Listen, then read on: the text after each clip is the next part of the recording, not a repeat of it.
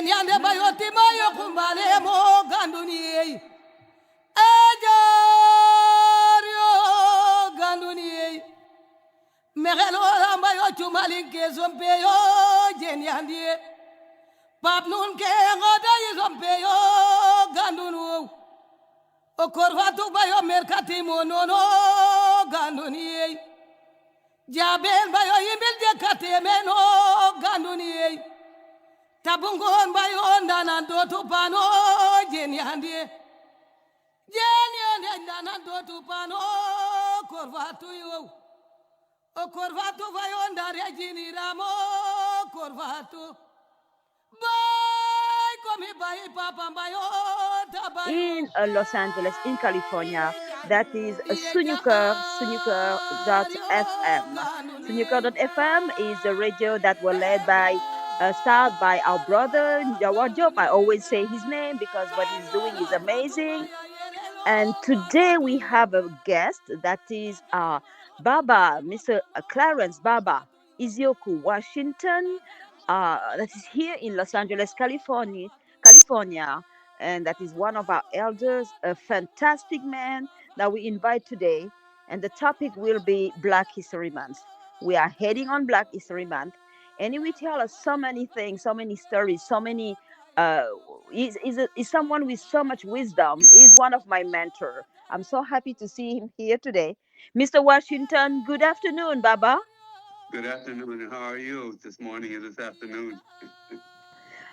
Very well, Baba. Very well. Nice to hear you today on the Radio Sunuker, radiosunuker.fm. You can follow us online. You can go on YouTube. You will find us there. You can also follow us on Facebook on sunuker.fm, Sunuker.fm.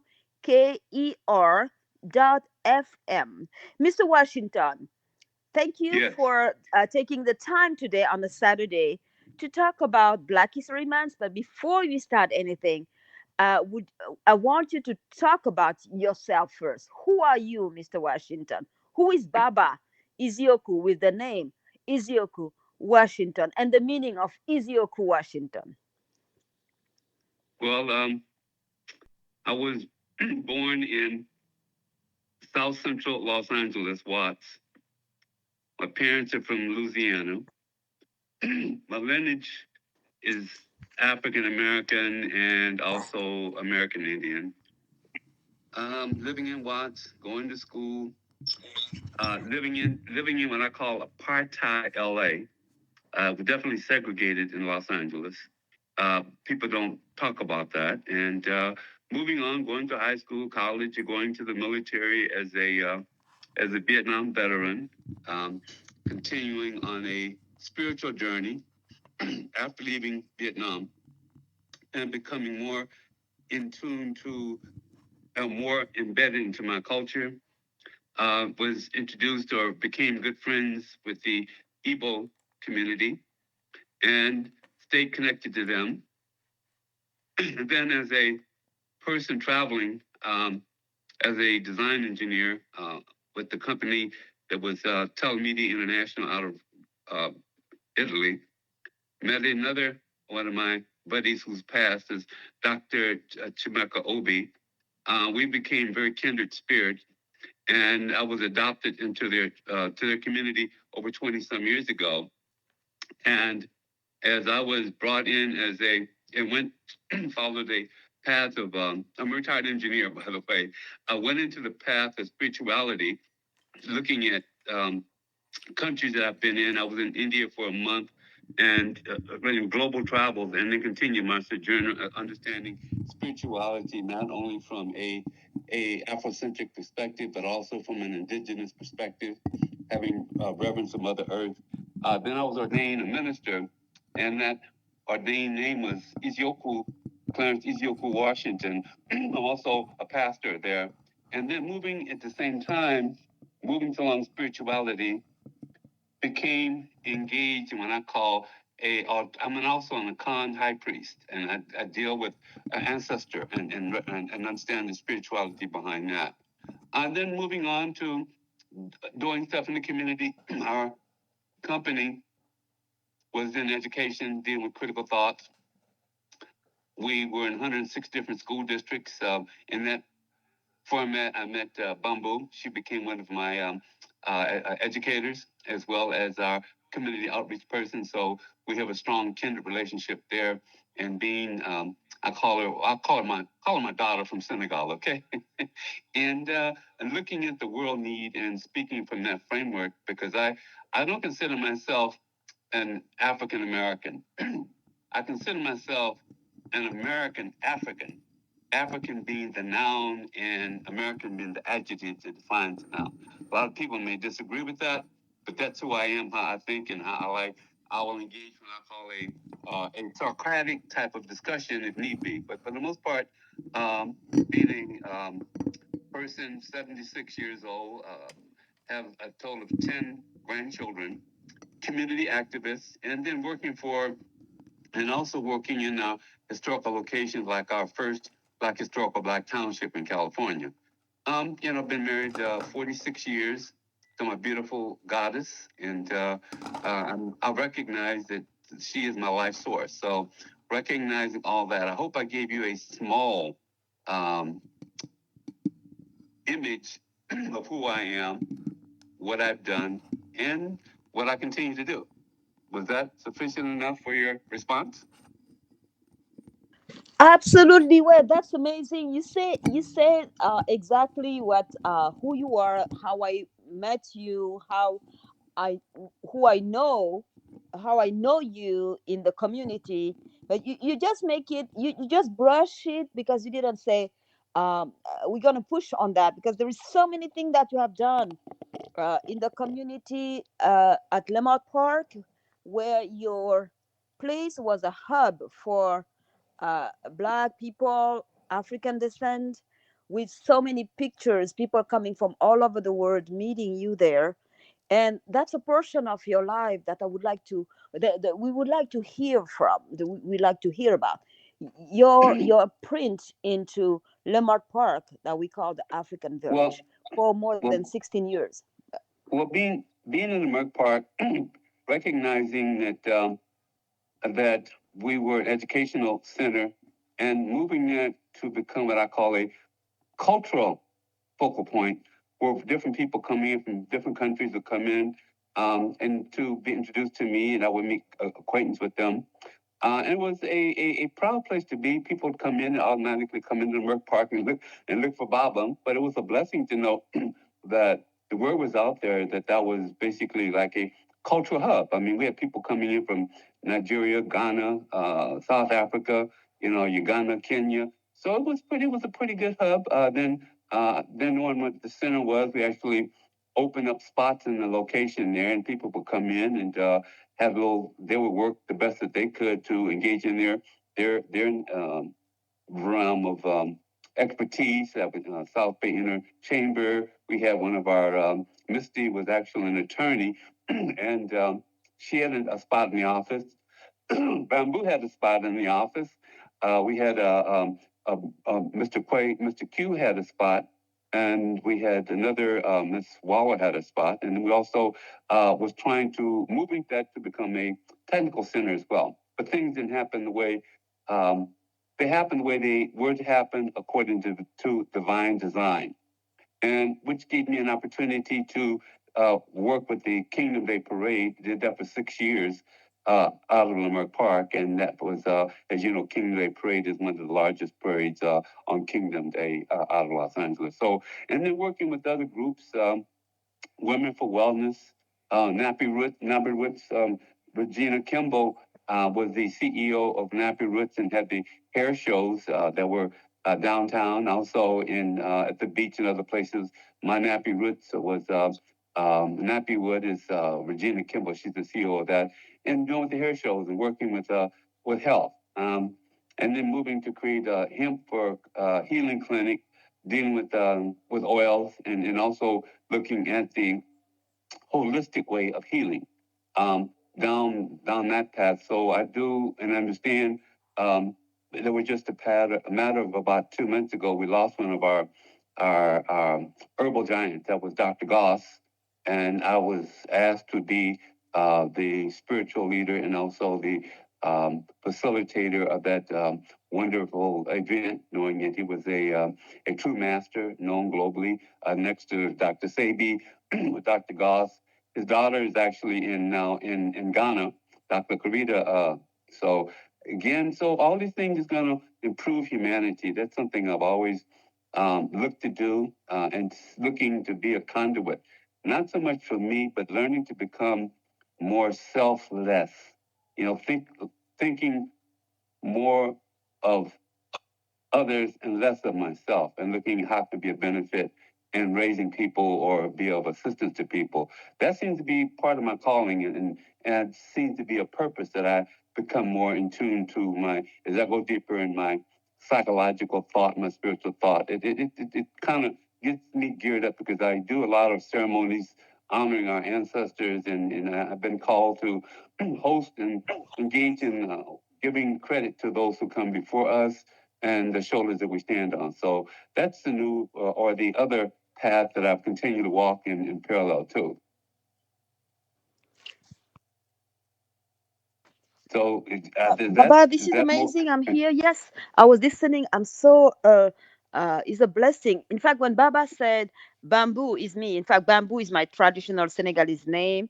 Adrian is my other name, Adrian Bamboo. That's why he said bamboo. Yes, Baba has been our mentors in the community for so many years, so many years.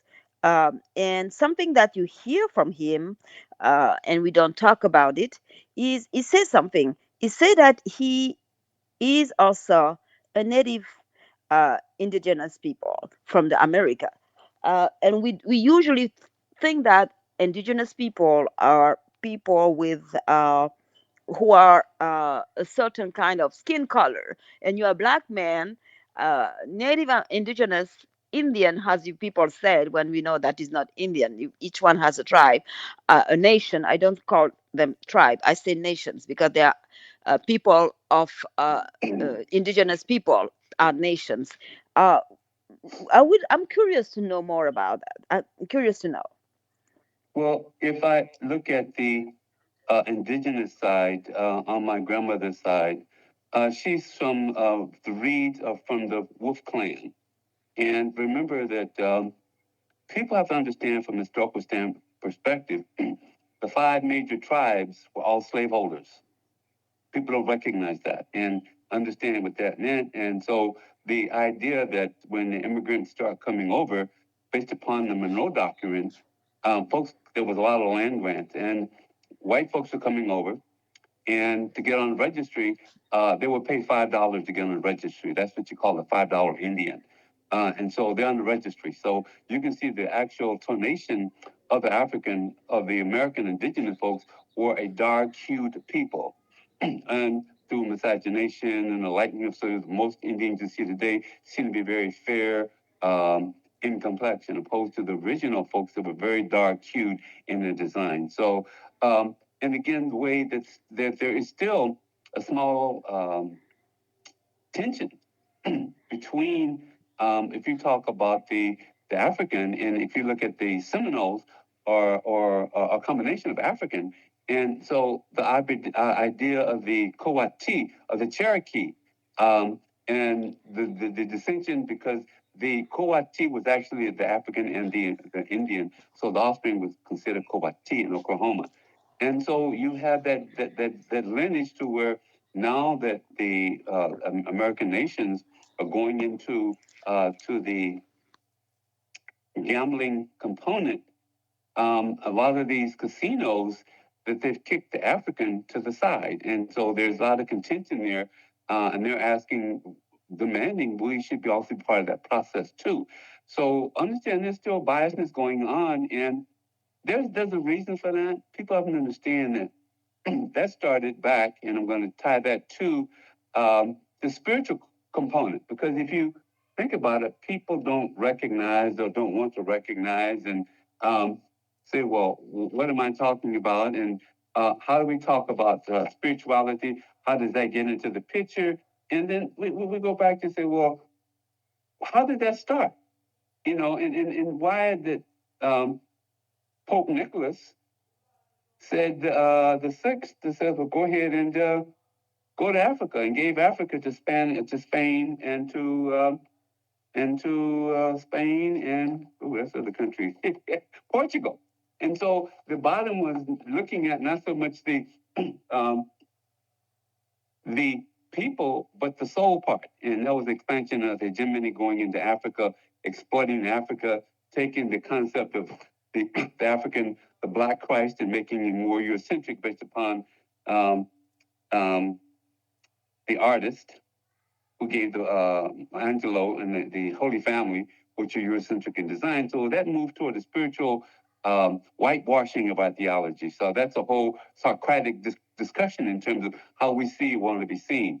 So going back to the initial question, the American Indian is basically a person who believes in the idea of nature, believes in earthly, and believes in Maya, believes in Pachamama, who actually is the sense of Gaia, on Mother Earth. So they speak to that. Everything's in alignment with humanity and with life. So the traditional Indian is thankful. If you look at the idea of giving honor to um, calf women or buffalo or calf women, it gives you an idea of that they know that the buffalo is the source of life, source of shelter, and the belief in the honor that they have for buffalo. So understanding the sociological, the spiritualness, and the indigenous way they appreciate it, in the ancestral way that they look at their lineage and their tribalness. So did I give enough information? I mean, in terms of how the American Indian are seen, how we see the American Indian, and how social media's come along and created the concept of the socialness of through media, the cowboys and Indians. And the idea of cowboy was a term given to boy was referred to. The Africans were considered boy. We were never men in this country. So cowboys, look at the folks that there were settlers, and the idea that, for an example, they gave out the African and Indian Beckwith, who was a pathfinder. They did a movie in 1954. Hello? And that it was about Hello? Beckwith, and the character was white, and the whole cast was white. So it goes show the whitewashing of an image of a people who came along the way. So that becomes a whole different discussion in terms of the caste system that exists in this country, and how does that apply today? Because again, if you look at one of our sociologists, W.B. Du Bois, said the greatest war that will be experienced in this country will be along the color line. And that was back when W. Du Bois was around. So look at the difference then and look at the difference today. So that's pretty much, did I answer your response in terms of why there's a difference in how the American is seen and how American, in terms of being the idea of land taken away from the Indians and they were given a call, their free autonomous area was called the reservation. And so, depending on where they were, the reservations were locked in, moved out, moved on, and they still infringe upon the reservation. It's supposed to be sovereign land, but this country, when they need something, to go after and take it. So that argument has not changed. The health of the American Indian is tragic. The physicalness, the medical side of the death rate, of the poverty rate. Nobody really pays attention to that, or they really don't talk about it. So, and it does exist. You go and look at the impoverished way that the Indians or the massive Indians are on these reservations, how they're surviving, the highest amount of suicide. It's just interesting to see, but no one really sits down and say, well, why is it the indigenous people who are non-white in this country goes on? Because again, I tell folks there's two America. America is what you call a bifurcated country. One is white and one is black. And again, looking at the Constitution was written solely exclusively for whites. And people have to understand that it wasn't because the Indian was considered, in the first article, it says everybody's considered citizen except the Indian. And then we were considered chattel. So if they excluded the Indian, we were considered as animals, and so we were the only group that's been chattelized. And people don't understand that. Yes, they had slaves all over the world, but nobody, no other culture has been deemed as being chattel. We're at the same level as the horse or the dog, and by us revolting. And no one talks about the revolting side of the African when they first got here and what they did, and 120 some revolts that they had. And the only people that you can talk about history will be Gabriel Processor, Mark MVZ, or Nat Turner. It was far more than that. But the idea is history's been whitewashed. So, but anyway, I hope I answered your question with regards to the American Indian, Bamboo. Absolutely, Baba. That was amazing. I'm learning still from you, and we know each other for so long. Every day is a learning process with you. I'm gonna ask Njawar if we can have a minute of music. I know you were preparing something like drumming, and we're gonna come back after that.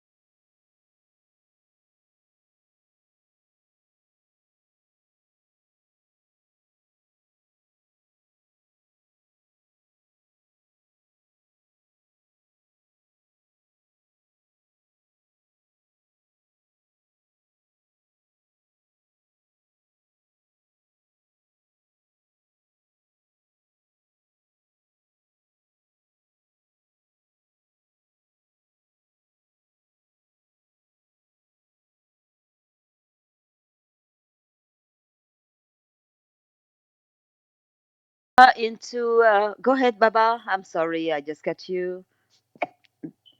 Okay.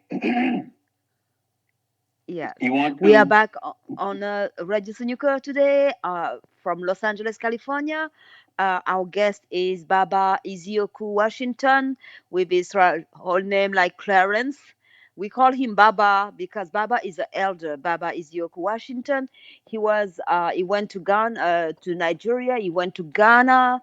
He was uh, crowned as one of our elder, a spiritual leader, and today he's gonna talk about Black History Month. We went through Kwanzaa last month, and we are entering in February into the entire month dedicated to the Black history and Black people in the United States specifically, and by extension in all the world. There is more than millions of Black people all over the world, Baba.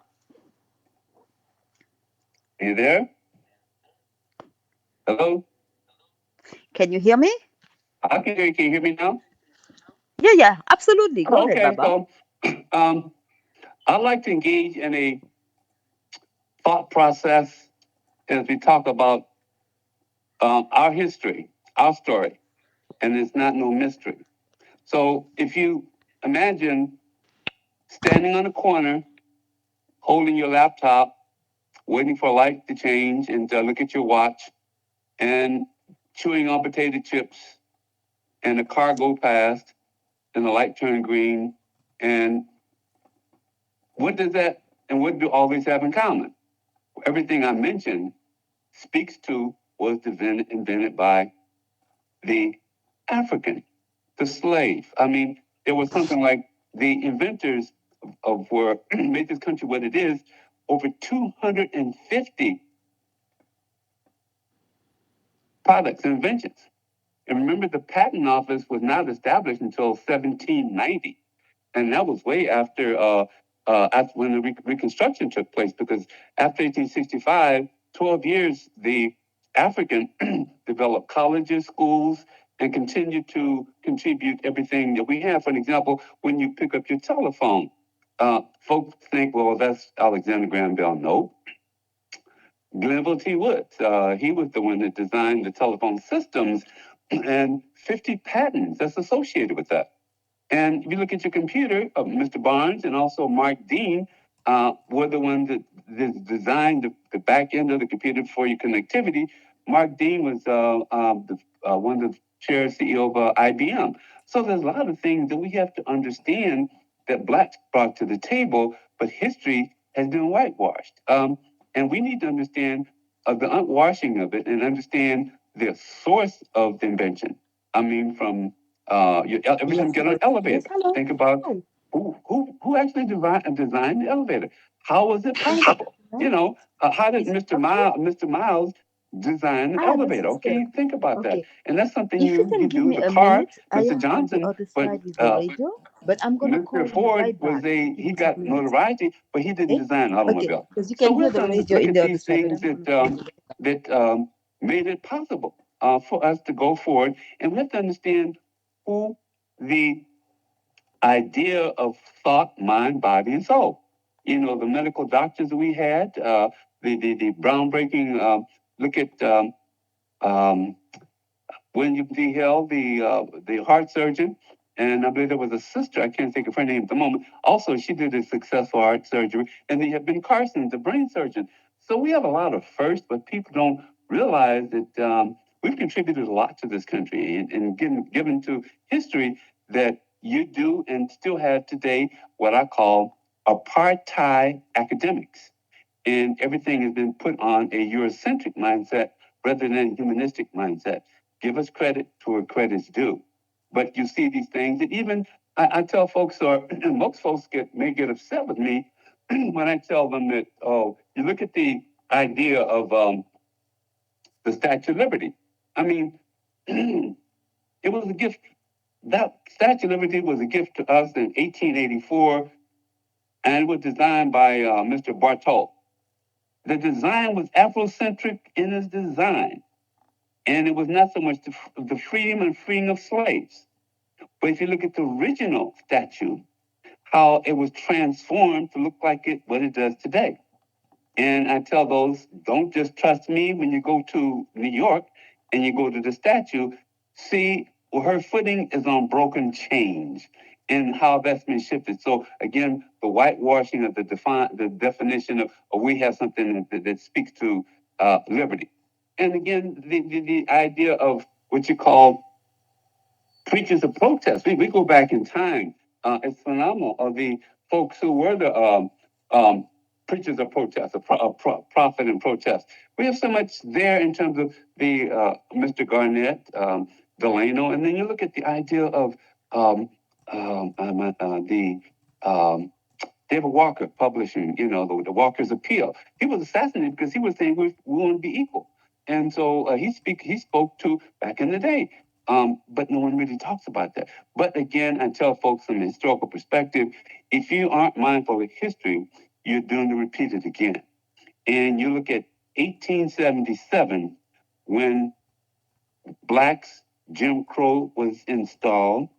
And then we look at today in 2021, it's the reemergence of 1877 over again. The idea of voting, and we're the only group of people in this country that has to constantly, with the Constitution, say we have a right to vote, But why is it that the Africans or Africans have to battle that every 20 years? Now we hear voter suppression is going again. So it's how people want to see things and looking at from a colonialistic way of thinking.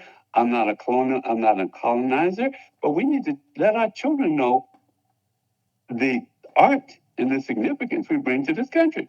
You know, the psychologist, you look at Mr. Fuller. Um, He's writing 1887 on this on Alzheimer's, but you know about Sigmund Freud, but you don't know about the other greats that were around that brought notoriety to psychology. And the black psychologist wrote a compendium about black psychologists, but nobody wants to take the time to say, well, wait a minute, you know, what about Mr. Turner? Um, he was a small psychologist back in 1867. He actually a researcher doing working in the traditions of Charles Darwin in the 19th century, and understand the field of comparative psychology. That was his forthcoming, but nobody hears about that, you know. And so there's so many things that you can speak about what we've accomplished, and there's no need for me to go down the list of all the things we accomplished because it would be like a grocery list. And again, we talk about, but at the same time, let's talk about our scholars. Let's talk about the mental side who came with us along with the writings. You look at folks like Sheikh and Diop. There's a litany of folks that goes on. You talk about what's that? Ivy Ben Sertima, Dr. Ben Joseph Jakanen, Masafi Asante, and Michael Bradley, Anthony Broader, and Joseph E. Carruthers, William B. Chandler, and then Sheikh and Diop, Franklin Frazier. So there's a litany of folks. Aisha Hilliard that takes a lot of trips to Africa back and forth. John Jackson in Introduction to African Civilization. CM James, Stolen Legacy out of the Caribbean. So there's so much. Richard King, the professor, the researcher on the origin of biological psychiatry, and he speaks to his idea of melanin. So there's just so much that we need to be mindful of. Take the time out and ask critical questions. Who was the author and how is it validated? So the names I gave are that's just one of about 50 of. I gave you maybe about 10 folks that are out there that are noted PhDs in the research. Look what they did to Sheikh Diop when he proves the African based on carbon-based research. Would not allow him to go back and have access to continuous research, but his publication showed that civilization came out African and the ancients were African.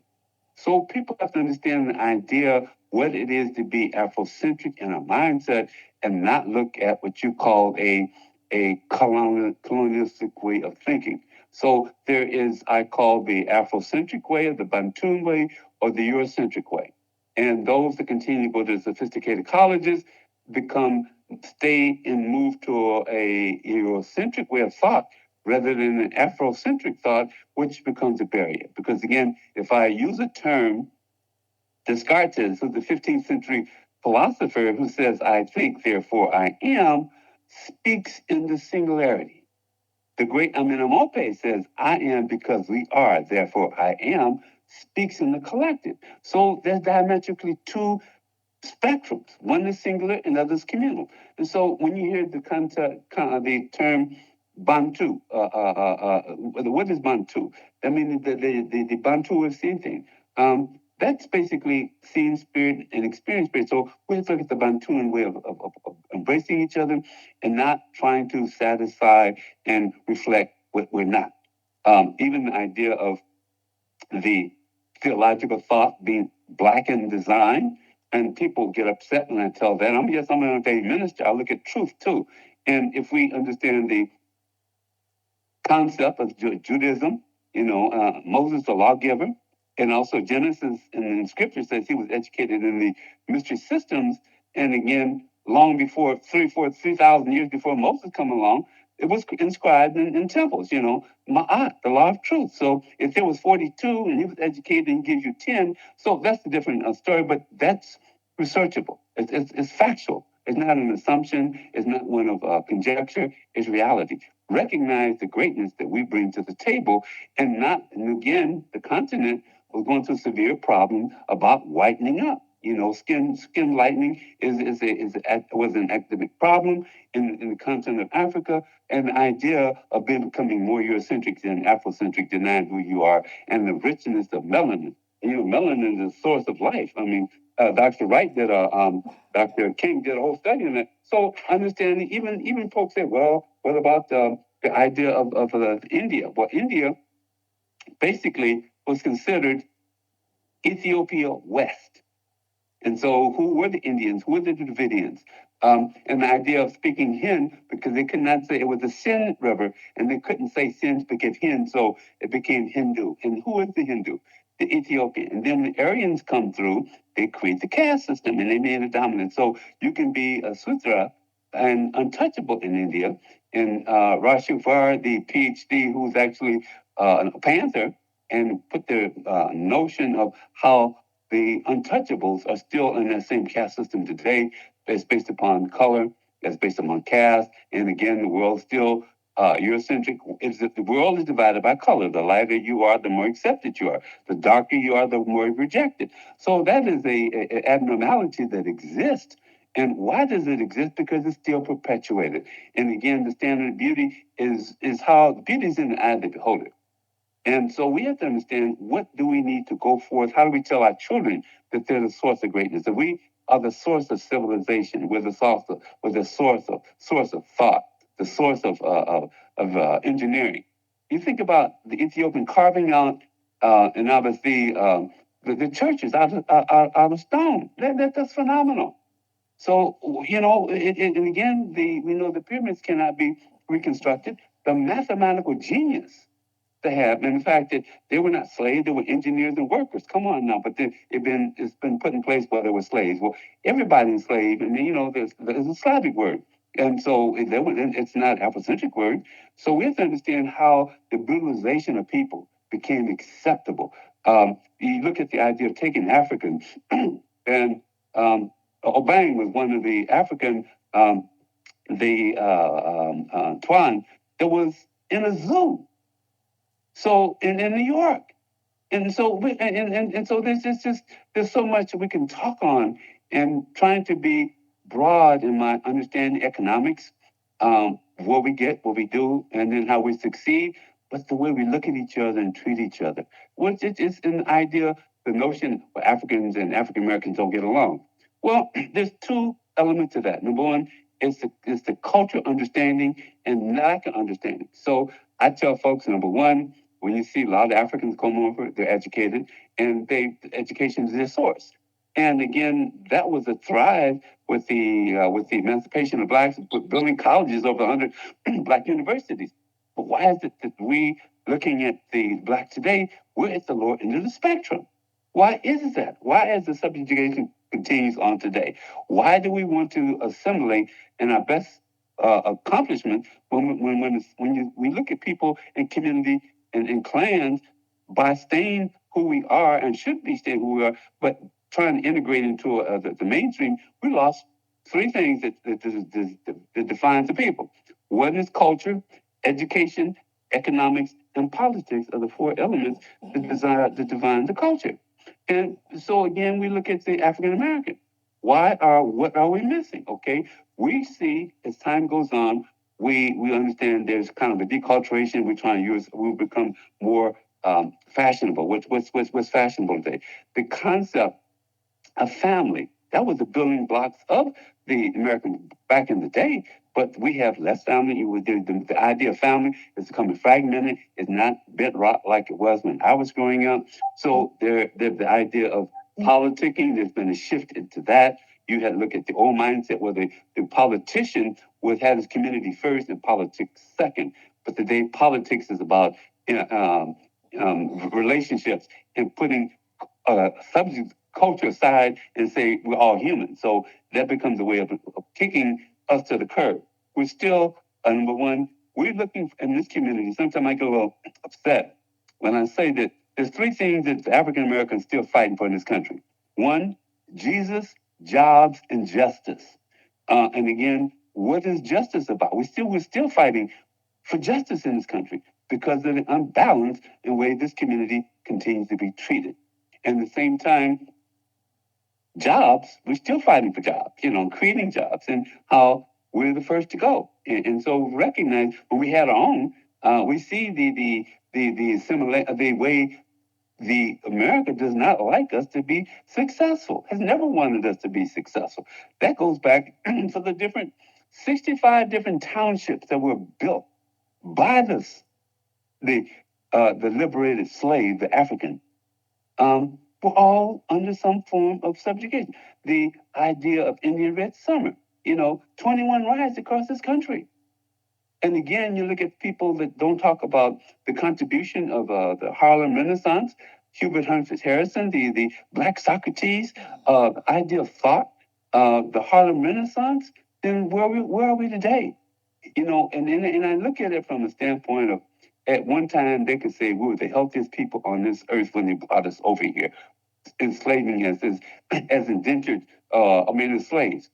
We had to work 24/7 just about, from sunrise to sunset. You need to be strong to survive the middle. My alpha, the middle passage, you had to be strong. But today, who has the highest diabetes rate? African American. Who has the highest obesity rate? African American. Why is that? What happened to us health wise? So, with a sick body, a weak mind, no politicking, where are we going to be today? Where we're going to be tomorrow, where my grandchildren going to be. How do we bolster our relationship with the mother Africa? And there's 52 countries there, so how do we get in a sense of where does my ancestors come from? Out of Africa. There's 52 components of Africa. Do I claim Kush? Yeah, I claim to be Kushite. So that's the Kush was part of Africa, the Nubian, so I'm Nubian. So the question is, once you recognize that we'll have, if Africa becomes strong, and you have one, don't need no passport, one country, other country, then you look at the Africans look at us because we were the model during the civil rights. And you look at the idea what happened when Namia Sunday came in, and a lot of folks going back and Kwame Nkrumah, the idea of liberation and the idea of history. I mean, because people don't understand when I look at the idea that little Cuba, little bitty country there, and this country's turned its back on because it doesn't, they want to colonize, but how they still mistreat Cuba. But people forget that when South Africa was at war, guess what?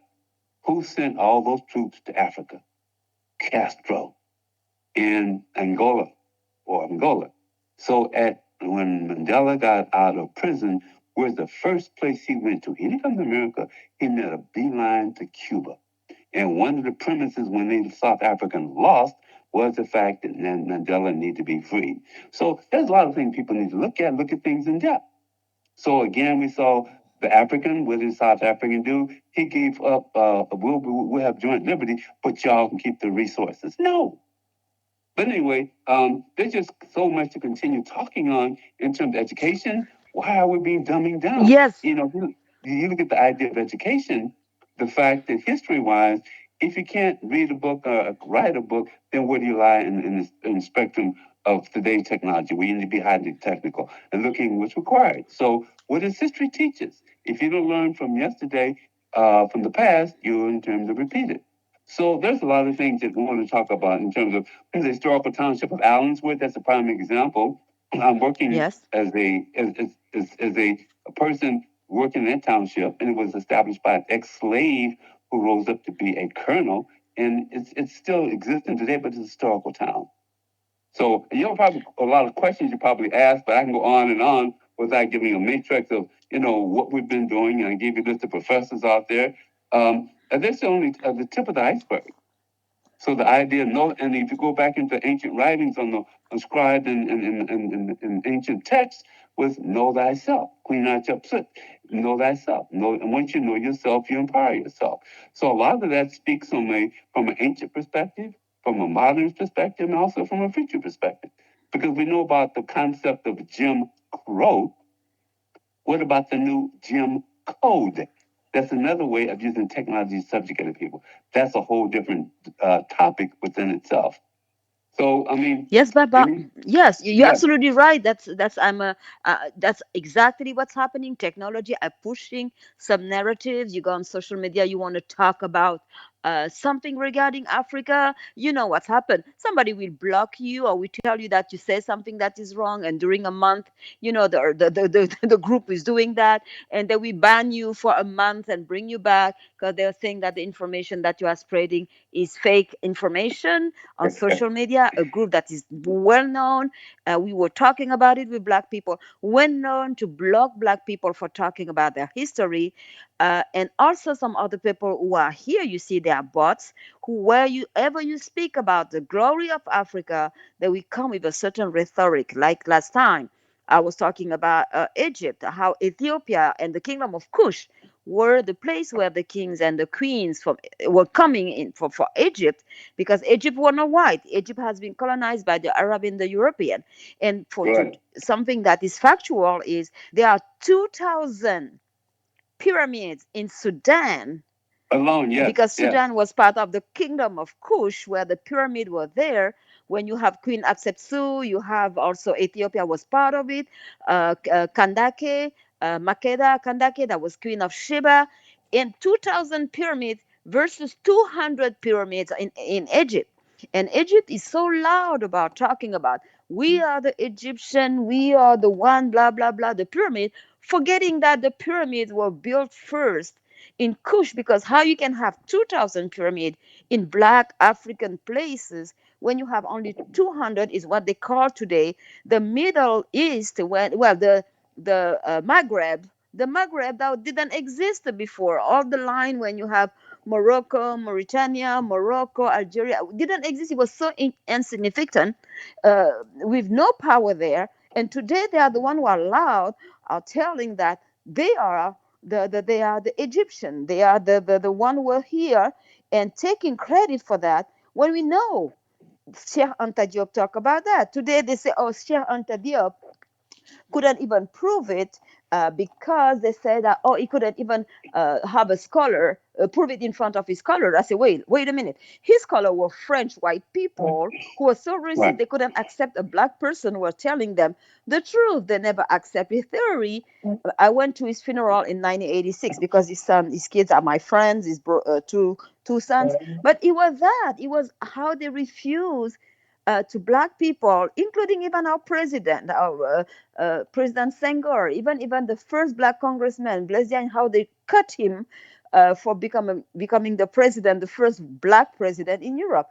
Meaning, this is something we should hear from you, Baba. We want to hear from you how people are trying to erase our history and erase who we are, how the British did, how the French did to break all the different artifact and city that we have, saying that Black people didn't create anything. But when you go to their museum, you see exactly what we create, until they return 1929 artifact from France to Benin, because it was stolen. And they will always say that Black people didn't enter in history. Baba, your turn. Well, it's interesting, the whitening of the figures in Egypt. They're lightening because they say it's dark and it's over time. No, they're lightening it to make it look more Eurocentric. Um, Dr. Ashok Kwesi speaks to that. He speaks to, when you go on his tour, he shows you how can you have, I think is interesting, when he talked in the Jewish community, he talked about Hayam Abiff. He says, okay, where is the ruins where Hayam Abiff supposed to be? If you get the design, it's the same when the knocking is done, and say, well, it's the same. So how can they, where's the remnants of that? And so again, there's conjecture, there's historical myth. And what is historical myth is something you based upon mythology and psychology, and say these two combined, that's the truth. Well, people know about the myth of Santa Claus, but a lot of children think Santa Claus is real. So again, depends on your scope of understanding. Not to be disrespectful, but at the same time, understand if we are the source of civilization, and we know that, number one, out of Africa, out of Israel comes my child. But guess what? When the African moved out of Africa, and the Garamendi, when they went into Europe, they were African. And again, the only group to have as much albinism as a result came out of Africa. You have the albinos when they went into, and also Garamendi became lighter and lighter. And what happened when through the ice age wasn't able to produce melanin, and it became more the animalization of the human, or the African, demyelinated African, were barbarians. That's why they had the invasions of the barbarians, were demyelinated African who look white in their sense, coming out the Caucasus Mountains and being Eurocentric in their design. And so that's whiteness. I mean, Africa had already been in dynasty. We're living in castles and designing castles. And, so the idea of living out of huts, and out of caves, and look at the idea how Eurocentric thought versus Afrocentric thought, the idea how the African had the vastness of the sun. You don't see nothing about no caveman in Africa. When the civilization come about, how civilization grew, and the growth of Africa has expanded through the Nile and other places to Mount Happy. That's the source of civilization. So, and the Sudan. So there's a lot of things that speaks to the value that Africa brings to the table. And we have to ask a critical question. If Africa has all the natural resources, and at the same time, because the Eurocentric governance over that is from a colonial perspective, you can't expect to turn a chicken into a duck. I'm sorry. So what's happened is they're pheasant animals. Okay, but they're two different elements. So not to sound disrespectful, to say, okay, you go into I'm going to become a barrister. Okay, what is a bear? What is a Eurocentric thought? Move away from that. Let me think of my Afrocentric thought. And saying that these are resources, that these are land, we want our land back. And when these a fact of people start rising up, then you got conflict that exists because people or move into a selfish mode rather than a selfless mode. Until we recognize that we are uniting as a people, when we become together, uniting in our framework of thought. Civilization came out of Africa. I am African in descent, so therefore I do claim to be an American who is African. So the adjective is American, African in America. And so we understand the value and why looking at color should be put aside. And when people say, I don't see color, they're telling outright lie. You do see color. I can't look at a black car and say, well, I don't see color, it's black. Or I see a blue car, it's blue. So again, what does your cognitive dissonance tell you? But your socialization of that subconscious that governs your centric mindset as being superior will always be back in the back of their mind. Because the Virginia Act back in Virginia, 1619, basically 1609, said the role of the African was to improve the lifestyle and quality of the white American. So again, if they considered us less than human and they used us as being 3/5, that's why there's two constitutions. One constitution speaks to whites, for whites, with whites, for whites, and for whites, and excluding everybody other than themselves. They themselves were the source. Indian wasn't included, and definitely didn't think about the blacks. We were considered 3/5 of a human. So the 13th, 14th, 15th Amendment speaks to that. But then again, why are we trying to go back to why we see a regression into let us have a democratic system or an autocratic system? And that's what is the biggest fear, is we see how close we came to becoming an autocracy based upon what happened in the last reign of the presidency. And if you look at the blue book for fascism, the model that was used that the past president worked out of. First thing he did was destroy the media. And that's the first thing Mussolini did.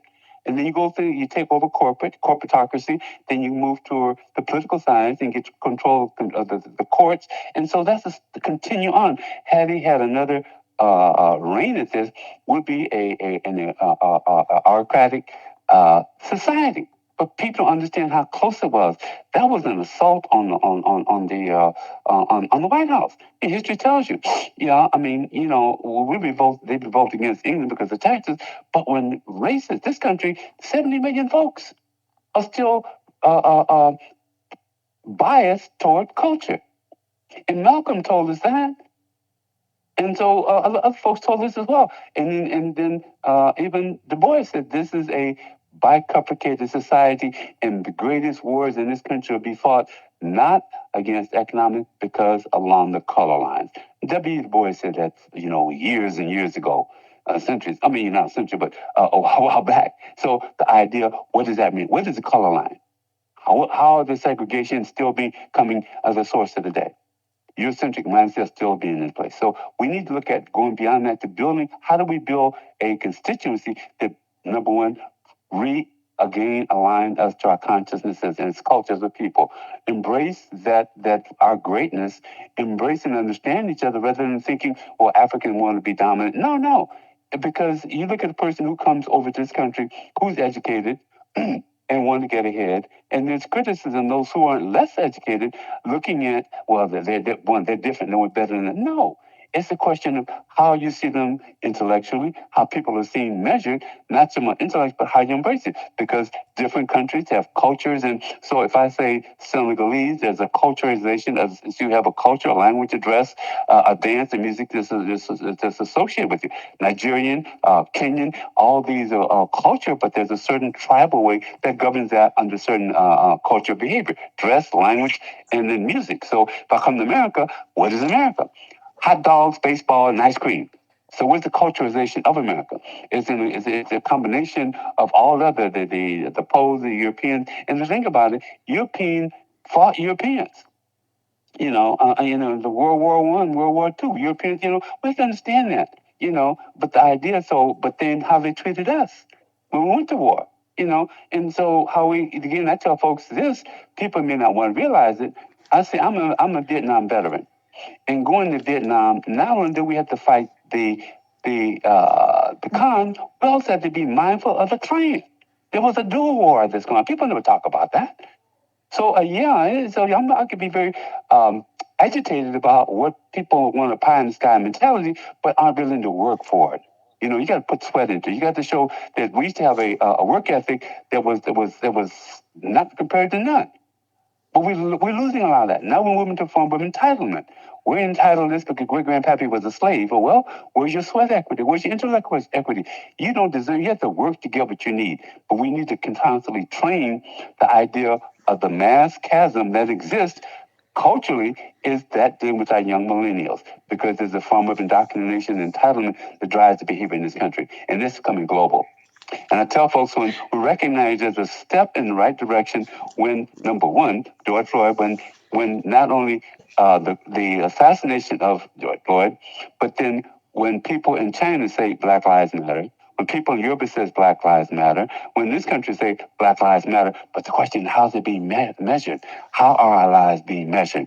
How does it not matter when we still going to the courts? How does it not matter when we see there's still mass injustice going on? How does it not matter when we see that we're still at the short end of the stick? How does it not matter when we still got to fight for our voting rights? And see, how does it not matter when you got people talking out the sides of their mouth and our circumstances still exist the way it exists today?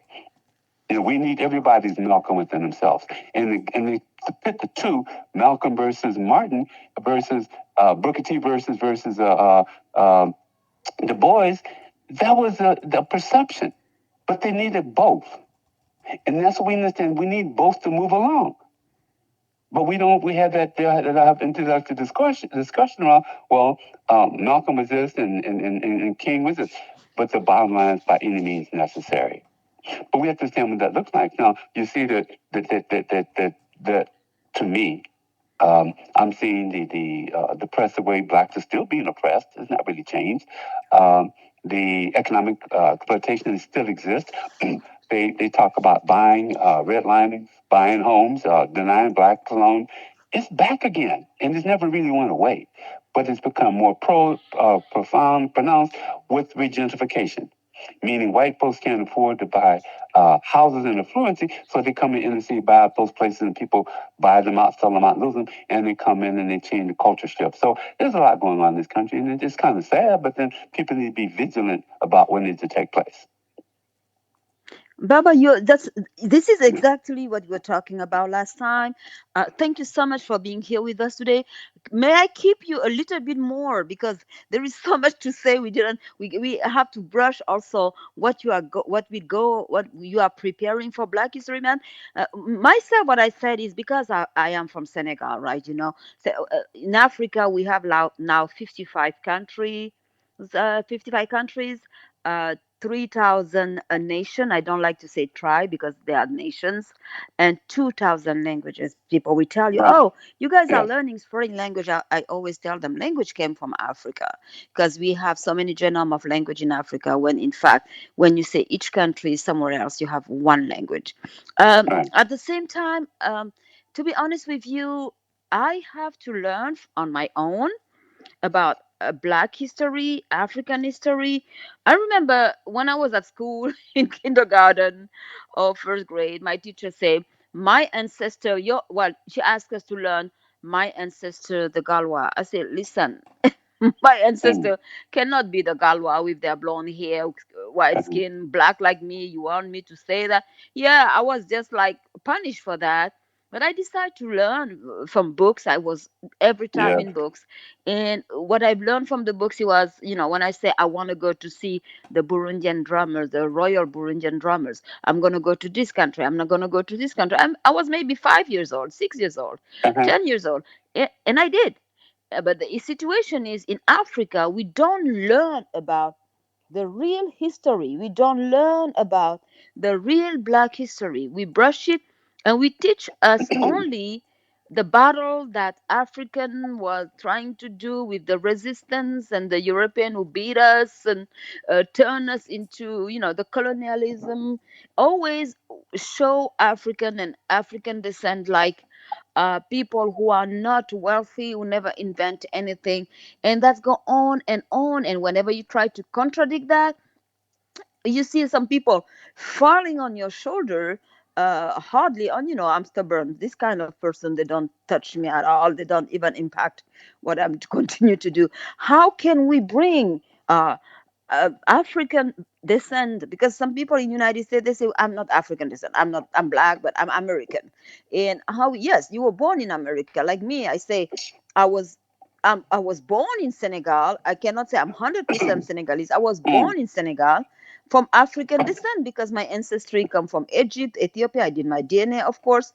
I know that we were a part of the Blackmore. In Senegal, we say Diagne Nar, meaning Diagne, my last name, Moors. Jawar, that is in the other side, also is part of this culture of warriors. We have. How can we make it Uh, happening for the community and young people most of the time well, to I understand asked who they are? two things. When I did my last lecture, it was at Barbara Morrison's theater. It was Arizona State that came down, and I said I'm going to ask people several questions, and I used my Socratic way of addressing the question. I says, "Can I have all the Africans please raise your hand?" I think there were two Africans. There was about 60 uh, students there. I think maybe 15 were black, and of the black, I think there was two African there. They raised their hand. I says, "Well, let me frame it this way.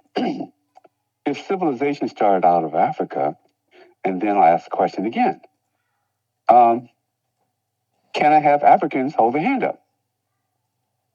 And maybe a few hands went up. I guess a few African Americans threw their hand up. And I said, let me take it to the next level. If all humanity came out of Africa, then I want to know what planet y'all came from, because you're saying that you're not African. Now that's the question again. Excuse me. Well, all the Africans raise their hand. And I said, I expect everyone to raise their hand. Because I prefaced it where civilization came out of. And those that have white skin are the demelanated African. So people looked at it was like, wow. But again, letting our folks know, because people say, I'm African, I'm part this and part that, you become segmented, because the race is a construct. and how the concept of race came about. Because again, remember now, the English didn't like the Irish, the Germans, and the Scots. Excuse me, were all at each other's throat. But when immigrants came here and said, look, we have to have something in common. That is your skin color white. White entitlement became when immigration became because remember war that was going on between England and France and Scotland, all these other countries like World War II, World War One. We can see that. So the construct of whiteness, and then the red, so the four white, red, African, and white, black, red, and yellow construct. So we know the Asiatic Asian or African. The first Ming Dynasty was African dynasty. So anyway, it letting the folks know, look at your humanity, look at the source of civilization, and ask the question, why are you denying who you are? Because you are the source of greatness. Once you embrace the greatness, then your pride comes out. Because if you think about it, when I was coming up as a young man with the rights movement, people say it loud, I'm black and I'm proud. I'm proud of my blackness. But at the same time, there was an undertone going too, because they would have commercials on and they would advertise Ultratone. Ultratone was a skin lightener. You know, I say it loud, I'm black and I'm proud. I'm gonna put on some Ultratone lighten me up. No. But then it became a problem in Africa. They were putting this, the African was putting so much of bleach in their skin, was eating the skin, and it was banned, skin toner lightener was banned in some African countries. Why is it still, and skin bleaching still goes on today? Michael Jackson is a prime example of that, but I won't go into that. But the notion would be more Eurocentric, and cut off my nose and look at more Eurocentric. So why do you want to cut off what God gave you to say you want to emulate who you're not? People may be insulted by this, but it's a fact, And then you look at people and say, oh, what color was he? If they're African, as American, back in the day, well, what color is she? What color was he? You had the brown paper bag theory where sororities wouldn't let you in depending on you being the color of a brown paper bag with determination whether you become into organizations or not, black organizations, depending on whose organizations were. So, color struck. So, Baba, we're going to get some music to put a little bit break, and we're going to come back and see if there is some question also on the web. If there are questions there. The social side and the economic side. Because America has two things now. We have a class separation.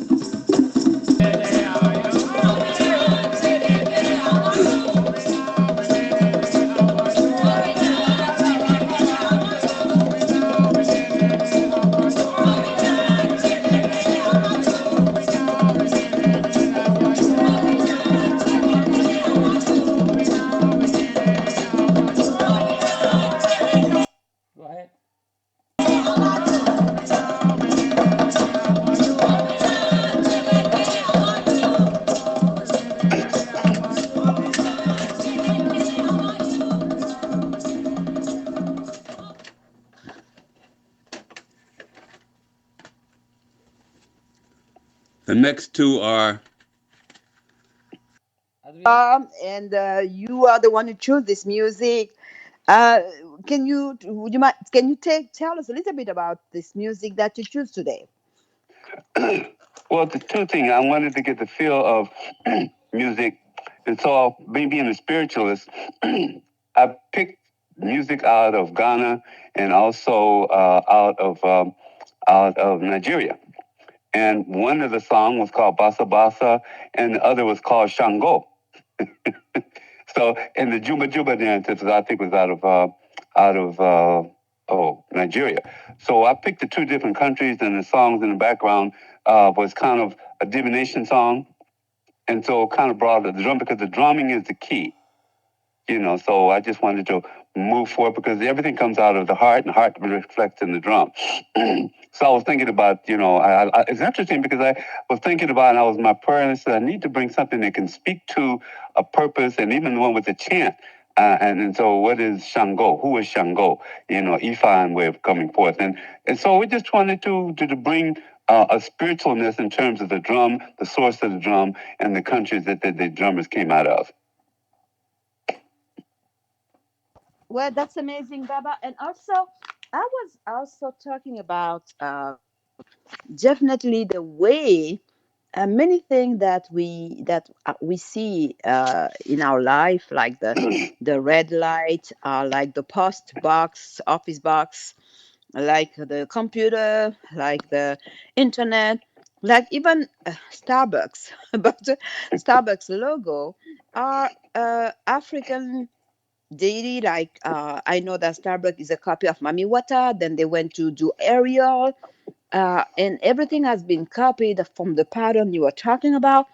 Like more than what 500,000 pattern, and we are not even counting what's happened in Africa for what was invented by African. How can we bring that during Black History Month to make sure that young people can understand? We understand. We in Africa change our mindset and understand that African American pass uh, pass the way to people here. That's the same way that we pass the way from European wealth, because all their wealth came from us.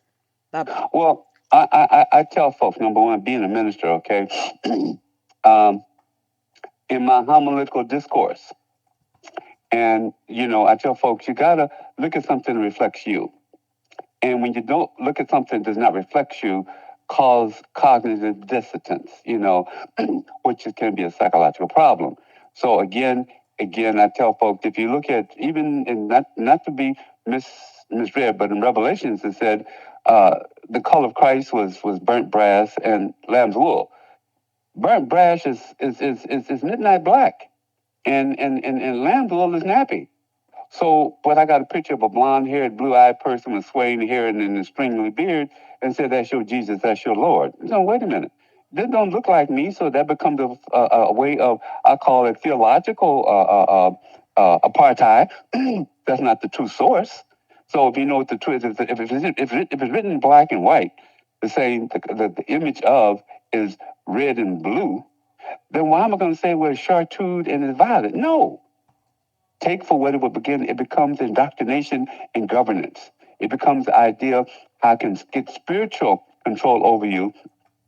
And the shifting of the conversation, it talks about the source, the concept of Yeshua, because the concept, the letter J, you don't find no Jesus written nowhere in the Bible, because the letter J was not written until the 16th century. So Yeshua was the name of why.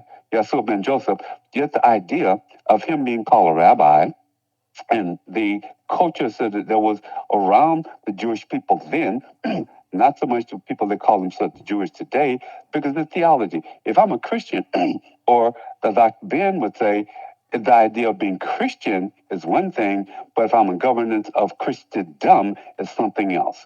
So the demonic way of Christendom spread throughout the country, and Catholicism had governance. So the idea of the Pope, the idea of the way things are created, the breaking of Calvin, Luther, all those were preached and all the idea looking at, well, wait a minute. If I'm looking at scripture, why I gotta have a white Christ? I'm not saying this is a fact. So you look at who you are as a people. So if we had the black face of Christ, then people could be more accepting of that. Because I think it was back in, I can't think it was back in, back in 19, back in 1988, October 88, I think it was. It was 80, and it was a month, but it might have been November or September. In 1980, when National Geographic put Newsweek, put in search of Adam and Eve, was a brother with a natural and sister with locks. I mean, and that's the explore the controversy and the theory about the man's origin. That was in 1988. You see? So again, recognize the conversation about, let's talk about how you feel about yourself, how you think about yourself, and how you uplift yourself. So that becomes a conversation, not the way I'm going forth, or do I teach? Teach the truth. And the truth is the truth. And understanding how is truth being defined? What social context is the philosophy that's governing you? I'm a free American. Are you really? Are you subjugated? So what does freedom look like? And how you define the word free? And how do you define empower? What does empowerment look like? How is that being defined? All those elements have to be taught from the cradle of grave, because the first teacher is the mother, and the mother understands what societies and governments around her.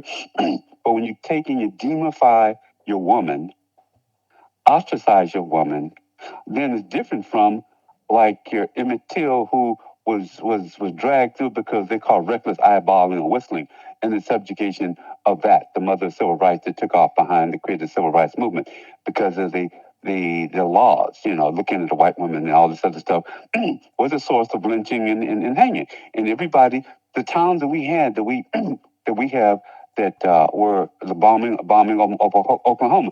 I tell folks the fact that the only country that bombed itself was not Japanese bombing America. It was white America bombing black America. That's history. That's a fact. And the bomb is explosively dropped from the air. They were dropping dynamite from dust croppers, and the military was involved. So understandable, people don't want to talk about that. So let's talk about a blind truth. So we still got lynching going on. The way the assassination of the slave hunters, that's the big genesis of the police department, were the slave hunters. So you have that type of mentality, subjugation of the people. Why do they say the laws are imbalanced? Because of the system that is in place today. Learn to take control, get control, and have a sense of governance of self. Fight for your stuff. Because now Uncle Joe is, to me, I'm getting a little disgusted with that. The people didn't want to go to his last talk because he's lip service. But again, we have to look at what the key is, how do we reunite? How do we get this synergistic way of talking to our young folks? Says, look, because you're young and you've not been told the complete truth, there's a gap. We know the gap between generations today and my generation. When I was a young millennial, at least I was mindful of my elders.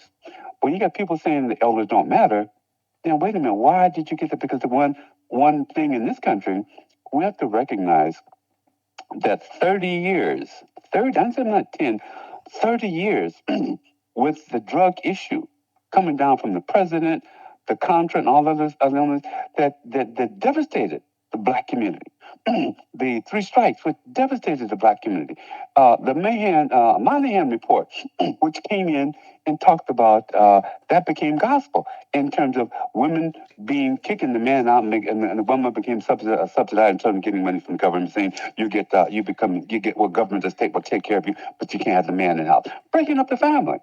But we have going fast forward 30 years where the drugs been around, with those children coming about, and they'll tell you they can't trust the spiritual leaders today because they see how pretentious they are. They're non-truthful. They can see the fact that there's no family, that they can't be trusting of the elders not helping them, so they're in them for themselves. Let me get mine. Let me do where I just think about me and I rather than the platform I stand on. Because where's the platform that says you come from a good source Be all this, being truthful, being good to yourself and others around you. Be selfless instead of selfish, because idea of how do we have this conversation through example. How can I have a person in inner city and I got a huge temple and people going and they sit you according to how much money you're paying? What does that say to the young person? And then you put a TV program showing the wise ministers living lavishly. And again, it's a contradiction. But then it talks about this is the ministry we want our pastor to look good, which is contradiction because Jesus was Pope. So recognize that, but it becomes socialization. Why would I have people pay me $15 million to get a jet to fly across to get the word out when do I have to spend that kind of money? And the old one is old and I need to buy a new one? And how does the word get out any faster? So again, it's exploitation. So where's the truth about being truthful and being pure in your actions and your thoughts? Where is the definition of being teaching a young child or a young man how to be respectful to a young woman? How sensuality is essential. All these things coming in a package. Love yourself, love God, love the community, and therefore you reflect the best. But when you start cutting out and taking from, you have fragmentation. And then we have a fragmented society. Not trusting themselves, low self-esteem, subjugation of each other, the degradation of our women, and then talking about we're still looking for Jesus to come. Come on now. It don't work. We got to talk about what makes things work. And Baba, don't forget about the Tesla massacre. But I could talk all 2 hours on that, but it just kind of got me off on a tangent. The Tulsa massacre, you remember? The Black Wall Street also was something that they destroyed. Right. Bowling, Oklahoma. Yeah. Remember, there were 65 different black cities, and most folks can't name 3. In the sense we have Allensworth, a black historical township now, and it's right above Bakersfield.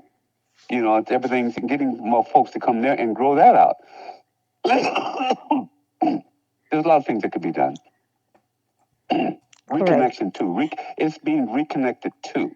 Because you've been disconnected from, you have to reconnect. What do you reconnect to? Reconnected to the old values, the the village values that we had. They're indimminent. You look at different cultures are strong culture ties, the strong family values, family relationship. That's still infused. A lot of folks coming from out of Africa, the family system is still strong to some extent. Not in this country. How's family being really defined? We become fragmented, really fragmented. So we become so Anglicized, so Eurocentricized that I don't like this cousin, that sister. We don't talk, and we don't, we go years and have children. And so we become a weaker society, and the degradation of our women, being W's and B's, and that way. Because Europeans say no, for you to make money, you need to degrade your women. There's no other culture in the world that allows them to degrade other than the black culture. Come on now. When we uplifted our women, then when we kicked them to the curb, because who were the sources of females of protest? It's phenomenal. But you never hear about even the idea that they call Rosa Parks, the mother of civil rights. They give her that name, but she wasn't the first. Mary Pleasant was. She was called the $30 million woman. She won her case, and she was the first woman they say of civil rights activity. So understand what history tells you. You argue from that perspective. Once you know the source, you can argue that. Correct. So yeah, then we Baba, need to reconnect on a lot of things. Yes. Just one thing. Question now. We are going to Black History Month next month. What are you preparing in order for our conclusion?